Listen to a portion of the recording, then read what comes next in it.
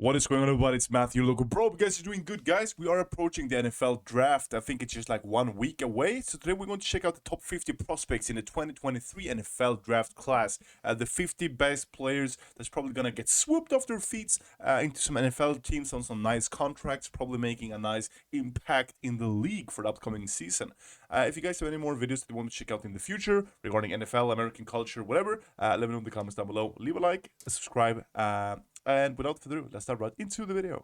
Campbell's instincts and toughness show up on tape, and surprising athletic testing at the combine forced Edholm to reconsider his ceiling as an ILB prospect. All right. Sanders is a tricky evaluation. He's rangy, can rush the passer, and is just starting to round into a form as a player. But he's not there yet. Sanders might have a Kyle Van Noy-like career arc. Tucker Kraft is sort of a poor man's George Kittle in terms of playstyle and temperament, although Kraft isn't as athletic, a receiver, or I heard someone saying that there are a lot of good tight ends this year. Tight ends, I think this draft class was DBs, tight ends, and receivers. Dominant blocker. Johnson looks like more of a box safety than a deep halves guy, but he can blitz, help your run defense, and also offer some QB spy potential. DeJuan Jones is a massive humanity right tackle with generational length who took big strides in 2022, but questions remain about his athleticism and stamina. John Michael Schmitz is not as athletic as Chiefs Pro Bowler Creed Humphrey, but they are cut from the same cloth. Day one starter with medium upside. Please let me know in the comments down below who you want your team to draft. Darnell Wright's inspired performance versus Will Anderson Jr. last October really put him on the map as a prospect. He's likely to go higher than this ranking, but the first round chatter is too rich, given that he's a right tackle with average athleticism. Smith is a dancing bear nose tackle with surprising lateral movement skills and strong roots against the run. To this point, though, he has been more flash than production. Jalen Hyatt is a dynamic speed demon who is a bit of a one-trick has been more flash than production.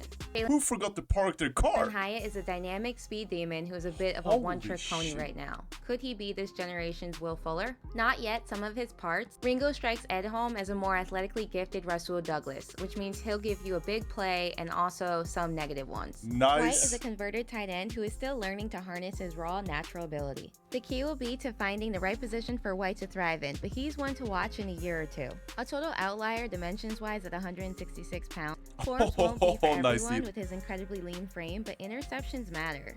A fearless, undersized, big play weapon, Downs' hands are a bit shaky at times. He's sort of smaller framed Jahan Dotson, though not quite as explosive. Those expecting an Aaron Donald clone will be disappointed, but the small package Cansey is a pretty darn good likeness with his gap shooting quickness. Brian Brzee was better in 2021 than last season for understandable expecting an Aaron Donald. How many Aaron Donalds do you have? Reasons, but if healthy, Brian Brzee was better in 2021 than last season for understandable reasons, but if healthy, Brzee projects to be a Zach Sealy type of penetrator. Joe Tippmann is a long, athletic center who doesn't let his height work against him. Son of Mitch Moore's clone. People might be sleeping on this hard-changing, well-built QB hunter with surpassing pass rush development. On UDK, Uzomah seemed to find his way into the backfield in nearly every game this past season. Steve Avila is a wide-bodied blocker who had a really solid all-around combine workout and possesses guard center potential. A possible 10-year starter at either spot. Smith has a top 10 athletic skill, strong character, toughness, and high energy. How the hell does he get through this behemoth of an O-liner?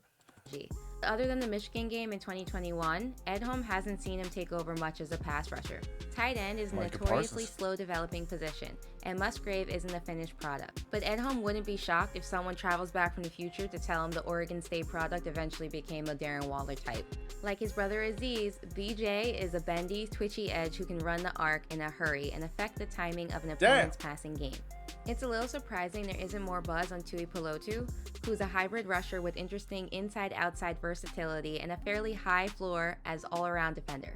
A lot of defense. Torrance is a thick-frame guard who can anchor a run game almost immediately, and won't be a liability in pass protection as long as he has some help against quicker interior rushers.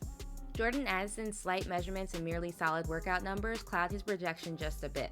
His play strength doesn't measure up, but Addison can be a nightmare to cover in space. Washington is a matchup nightmare and the perfect addition. Look at the size of this dude. To any offense with an athletic passer and a bedrock How big is he? He can thrive as a run. Bro, look at this guy. Is this even real? Look at number 4 and look at this dude. Bro, this guy is like 2 peoples. Is it like a fucking basketball player? Blocker and a red zone. Man, look at this. What the hell? Receiving threat. Gibbs has exceptional gear shifting ability, thrives in space, and can run hard in traffic when needed, even with a small frame. It's surprising more people are not buzzing about Deontay Banks' combine performance.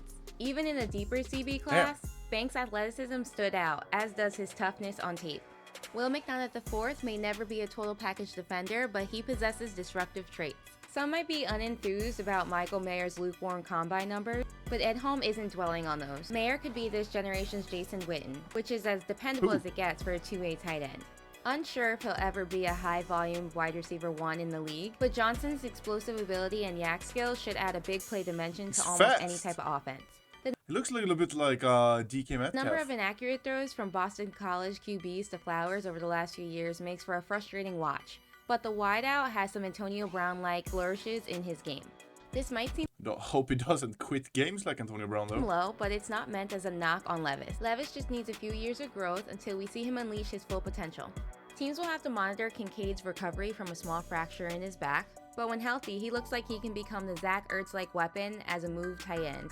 Ascending Cam Jordan style power rusher whose game remains just a bit incomplete, Finesse easily could end up being viewed as one of the top 10 players from this class. Brian Branch could play a role similar to the one Jimmy Ward has filled for the 49ers, a hybrid defender capable of manning the slot or the post safety spot. Miles Murphy possesses rare athletic traits for a big edge rusher, but still lacks a little refinement in his play. With further development, Murphy could start earning comparisons to Jaguars' Josh Allen. Witherspoon might be the Trent McDuffie of his class, coming up a bit short in the measurements department but checking almost every other box. He's big. Edholm is a bit more bearish on Skoronski as a left tackle than others seem to be right now.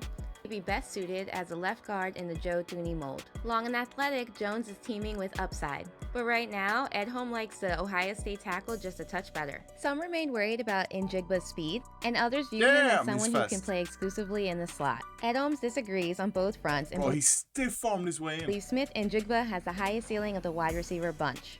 Porter made 2 huge steps last season, cutting down on penalties and making more plays on the ball.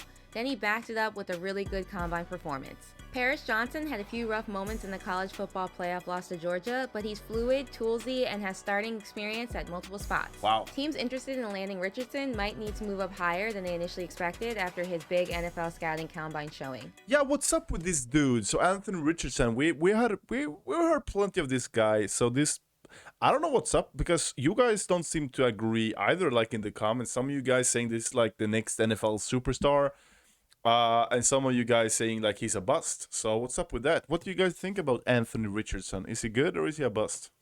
We'd like to see Christian Gonzalez a little more consistent as a run defender, but the 20-year-old is the most fluid cover corner in this year's draft. If Tyree Wilson could fire off a ball a tad better and add just a little more nastiness to his game, he could be an absolute game wrecker. Stroud might lack some wow qualities, but ultra-clean mechanics and untapped movement skills complement his steady approach, touch, and ball placement. There we go. Teams will need to do their due diligence on Carter's off-field issues, but on the field, Carter projects to be a highly disruptive interior presence in the NFL. There are durability concerns due to Young's slight frame, but the 2021 Heisman Trophy winner's mature, poised approach and rare anticipation should make him ready from the get-go.